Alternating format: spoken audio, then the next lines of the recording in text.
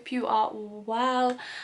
So today, actually, first of all, I wanted to just acknowledge the bed that I was making. Obviously it's not my bed of choice, it is my partner's. That's why it's so minimalistic with like no pillows or anything. So just to get that across in case you thought I was a creep. So today I'm bringing you my morning routine.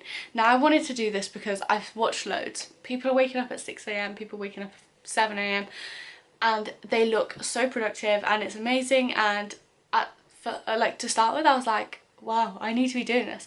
This is why I'm not like achieving as much, or I'm not being successful, or I'm being lazy because I'm not doing what they are doing and this is the key to success. No.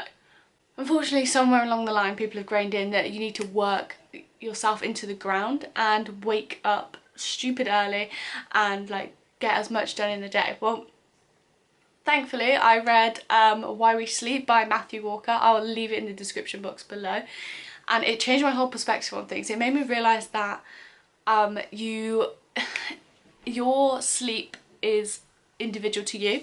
I am not a morning person. If you wake me up and you get me to do something at 7, 8 AM, yeah, it's not happening. I'm gonna like just mess it up. My concentration is gonna be very poor. But if you sat me in front of a computer at 9 PM at night, my creative flow will all come out. Like, I am so much more of a night person. I always have been, and it took me a while to realise when people were waking up at 6 AM that I wasn't being lazy, it just didn't suit me. So I thought I'd bring you my fairly normal morning routine for an average normal person. There we go. So if you do like this and you can relate to me, then please give this a big thumbs up, click that subscribe button and turn your notifications on. It will mean the absolute world. Let's start our morning, guys. The first thing I do, as you've seen from the start, is I wake up, obviously, important one. Then I make my bed. Making my bed I have done ever since I really struggled for motivation in my second year of uni, which I have spoken about in my fitness journey. I'll pop the link here if you haven't checked that out.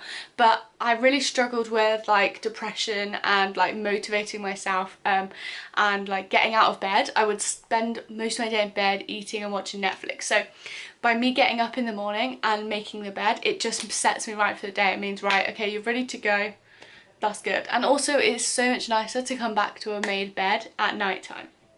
Oh, also I open my blinds because otherwise I won't be able to see anything. And yeah, I don't know, I just like, it's nice to let some natural light in. So make sure you always open your windows and curtains, because again, in second year I was really bad for that. And I would just stay in bed and leave my curtains closed, and it was like there was no significant ending from the morning to where you should wake up to where you should be going to bed. It was just like one long doom day essentially. So the next thing I do, well, I actually do this the night before, is I choose my gym outfit. So I've got it here. If I choose my gym outfit and get my trainers ready and everything, it means that when I wake up it is there ready. I have no excuses. I don't have to mess around choosing an outfit.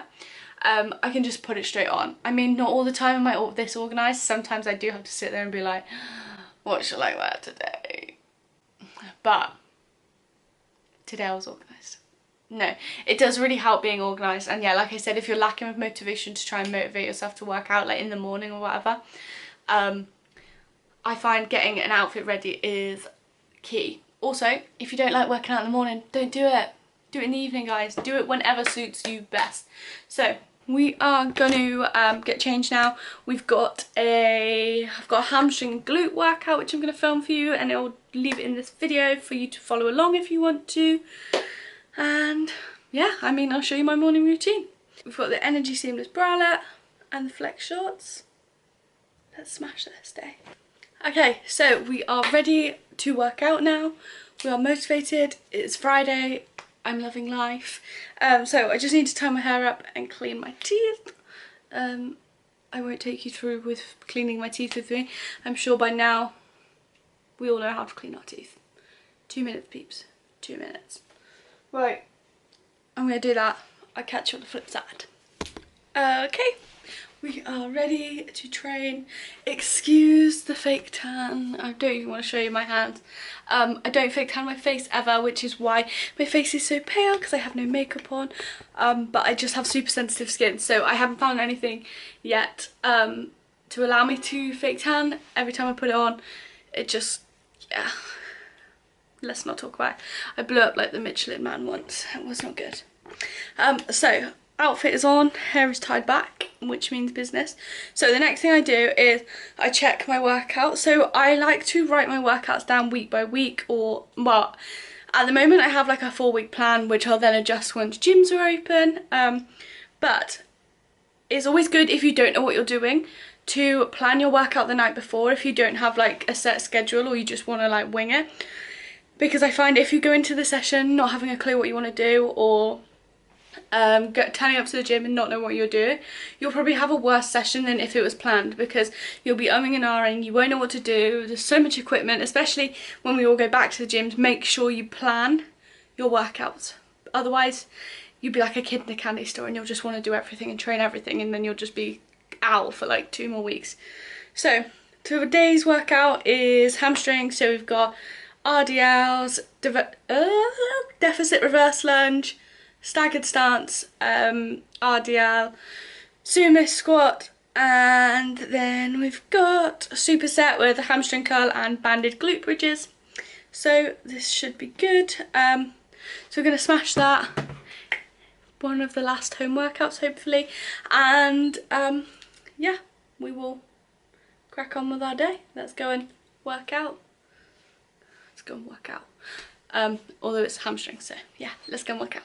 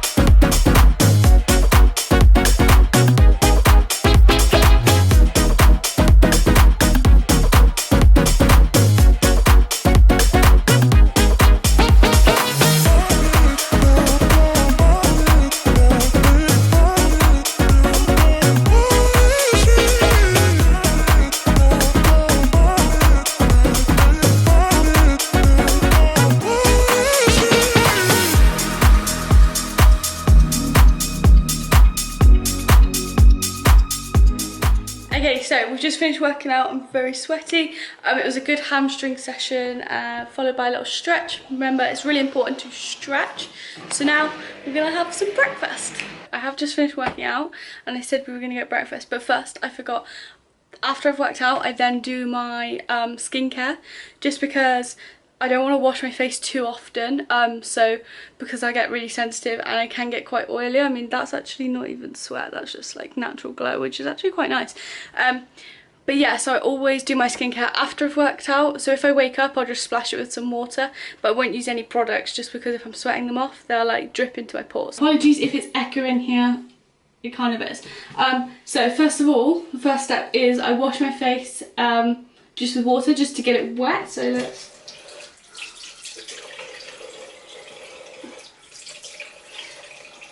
Okay, then I apply the Pixi Glow Mud Cleanser. You have to apply it to wet skin. I use this morning and night, which you can. So just get about a dollop and rub it in, and then rub it into my face. After I have done that, I then use my Tala Leaf face cloth. I've spoken about this in my skincare routine before. This is just amazing and soft, and I mean, why wouldn't you want to wash it off with this? But yeah, so just get that wet with some warm water, not too hot, and just start to rub this cleanser off. So once that is all done and I've wiped that off with the Tala Leaf, I just get a a clean towel and just dab it. Don't ever rub your face with the towel. I have learned this. Just dab it dry. Okay, so that has already left my skin feeling very fresh. And I go in with the Ordinary Niacinamide and Zinc. This is literally amazing and it has done so much for my pores, and I hardly ever have breakouts now with this. So it's in a little pipette and I literally just drop 4 little drops on my face and then rub it in. You can use these rollers to rub this in, which I really need to invest in, so I'm not using my hands, but I'm not that skilled yet. So that's left me looking all glowy. I will show you in a minute. And then just to top it off, just to hold the serum in, I then go in with my La Roche-Posay moisturiser. This is literally amazing. Now, I just put a little pea either side of my face, so about that much, just there, and there, and then just rub that in, and it goes so far. And there we are, fresh face. I will show you in the light. Glowy, glowy. Vogue. So obviously I am not a beauty expert. Fitness is my thing, but obviously with fitness and health comes your skin, and it's important to look after your skin, especially if you are working out. So all of the products that I have used on my face, I have researched and I have checked like ingredients to find out what does and doesn't work with my skin, because I have had lots of reactions. But yeah, I mean, this works. I've been using it for about a year, 2 years now, so I know like I don't break out from it, but it is trial and tested. And if I can give you one tip of advice, don't use a product that everyone is hyping about, because it probably is quite mainstream and it's not specific. It's just a good brand that people know or whatever. Once I found La Roche-Posay, they are literally insane, and a lot of people haven't heard of them, I found. Well, that might just be because I don't hang out with like beauty people, but that might be the reason why. But yeah, just find what works best for you and try not to like copy other people's skincare just because it works for them. It's all about trial and testing the products for you. But now we're going to take our glowy skin and go and get some breakfast. Okay, so it's now breakfast time. I've got the classic, the usual, the porridge oats, strawberries, Nutella, and gonna mix it with some milk. So I always eat my breakfast after I've trained, just because I don't like the feeling of training whilst like with a full stomach, or after I've eaten. It just makes me feel sick. I do not do it because I think it's better for training, or that it'll help me lose weight or anything like that, like fasted cardio or anything. I just do it because I don't want to throw up whilst working out. But yeah, so you eat breakfast whenever it suits you. I'm gonna make this now. So we have our breakfast. I'm gonna eat it basically because that's what I do. So cue a little time lapse.